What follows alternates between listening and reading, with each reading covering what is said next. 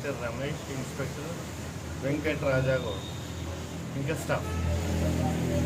మార్చి నెలలో Naren resident of Bodhan ACP DSP ఆఫీస్కి వచ్చేసి ఒక కాంప్లైంట్ ఇస్తారండి. ఇక్కడ అనిల్ అని మండల్ అగ్రికల్చర్ ఆఫీసర్ నర్సాపూర్ ఏమని అంటే అతను ఫర్టిలైజర్స్, సీడ్స్ అండ్ పెస్టిసైడ్స్ అమ్ముకోవడానికి లైసెన్స్ అప్లై చేస్తాడు అన్నమాట. దానికి 30,000 అంటే ఈచ్ లైసెన్స్కి 10,000 చొప్పున 30,000 లంచం అడుగుతున్నాడని చెప్పేసి కంప్లైంట్ వస్తే మళ్ళీ మేము వెరిఫికేషన్ చేస్తాము.